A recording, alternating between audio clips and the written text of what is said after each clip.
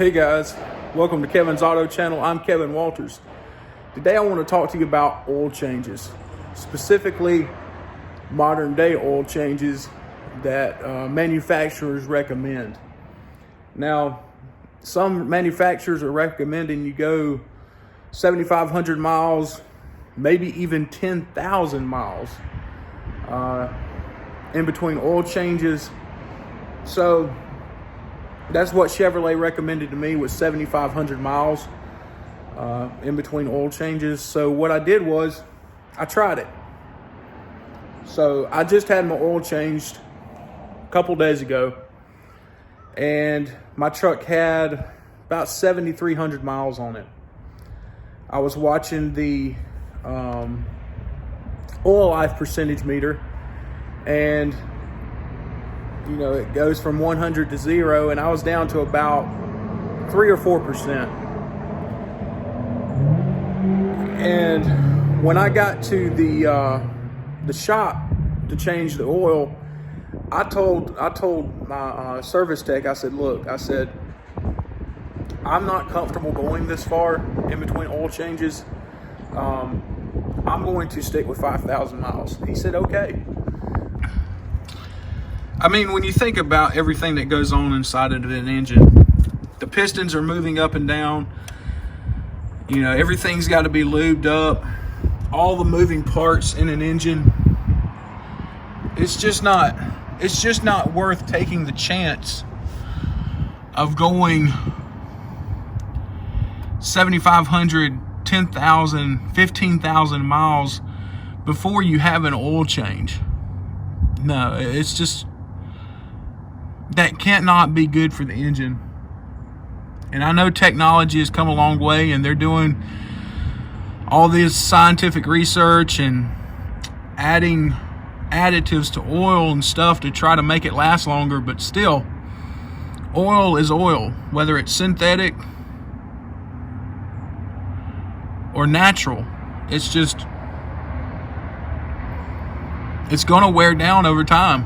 And when it wears down, that's bad for your engine, because then your engine is not getting the protection that it needs, and that means that the parts are going to wear out a whole lot faster, and you're going to have a lot of trouble with your engine down the road, eventually even having to replace it early. Also, while I was there, 3 recalls had to be fixed on this truck. 3. This truck only has 7,500 miles on it. It's a 2019. This is January 2020. And there's already 3 recalls on these new Silverados.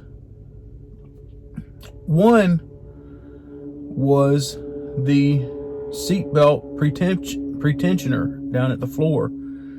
Somehow it could catch fire. I'm not sure how that could happen, but GM managed to do it, so they had to fix it.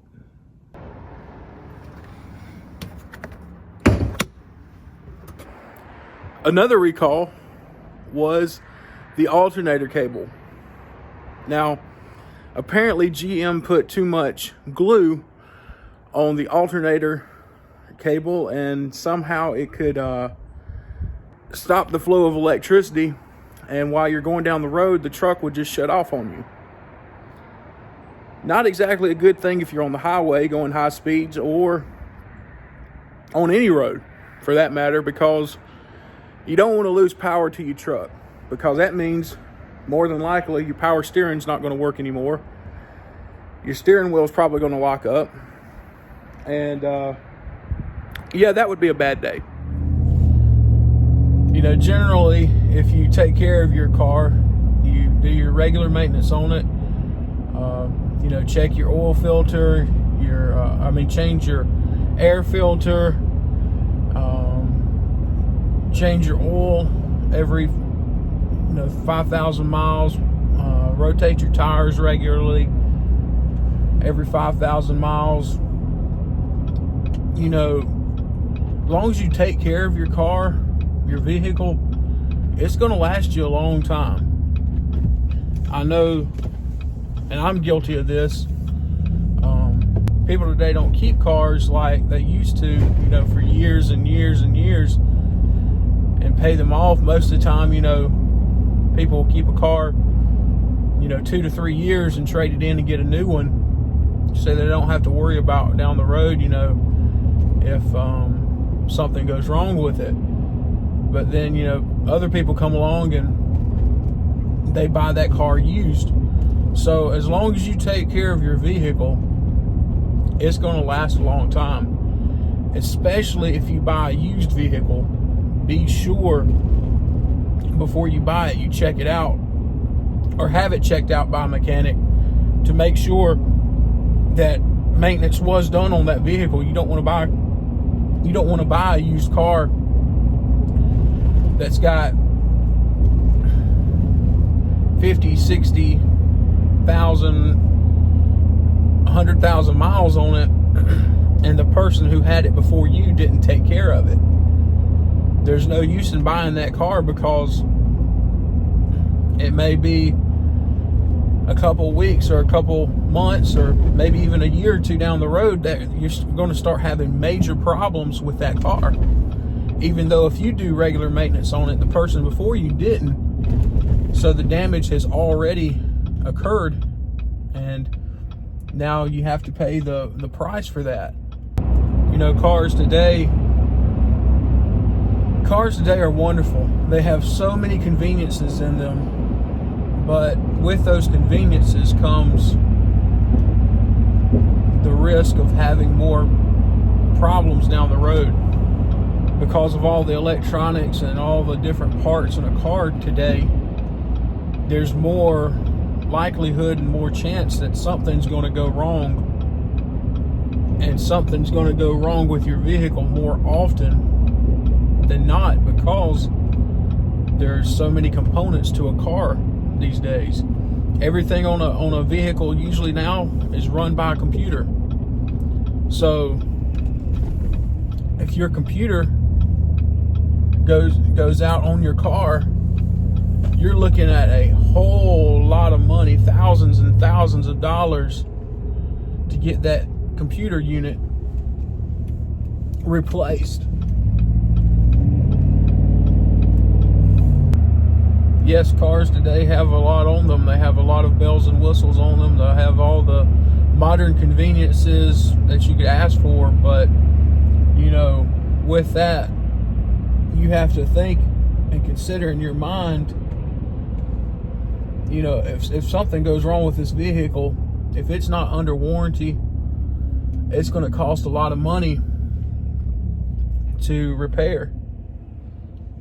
So even though cars are more reliable today than they were back in the, you know, 50s, 60s, whenever, is it worth keeping a vehicle longer than, you know, say you financed a vehicle for 72 months, you know, should you keep it longer than that? I'm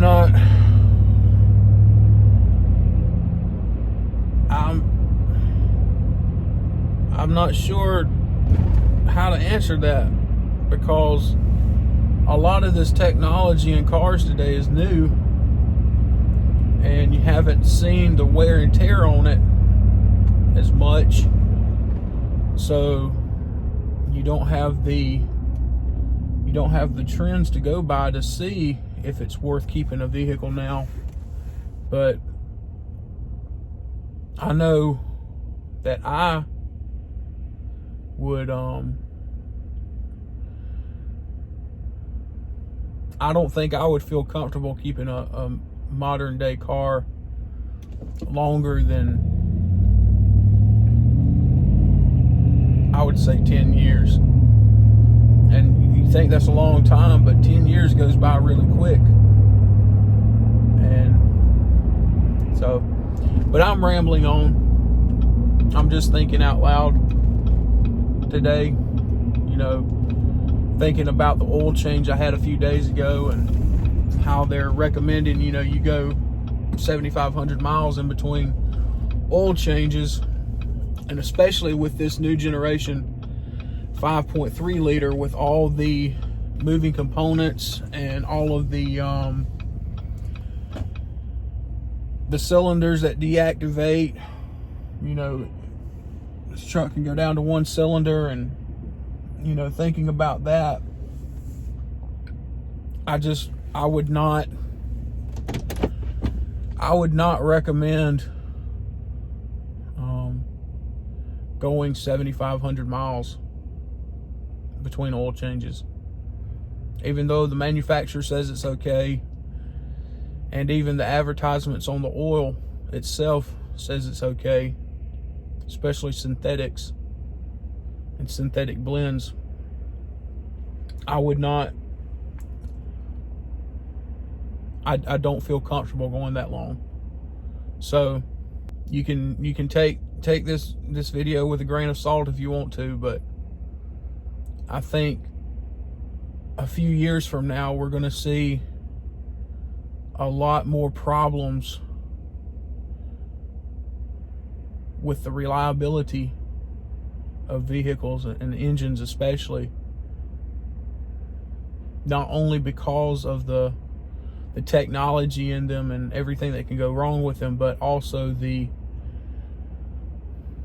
maintenance schedule that they're recommending. If someone goes 7,500 and 10,000 miles, some oils even advertise 15,000 miles before an oil change. If you do that, I think we're going to see down the road, and it may not even take years. Probably in less than a year, we're going to see that the reliability of people who do that with their cars, the reliability of their vehicles is not going to be great because of the wear and tear on the engine. So that's just my thought. That's what I'm thinking the trend is going to be here in the next year, 2, 3 years down the road. So anyway, I'm Kevin Walters. Thank you for watching Kevin's Auto Channel.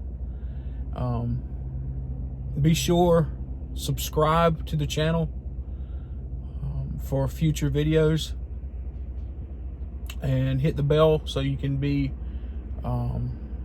notified when a new video comes out. And I greatly appreciate each of y'all for watching, and I hope you have a great day.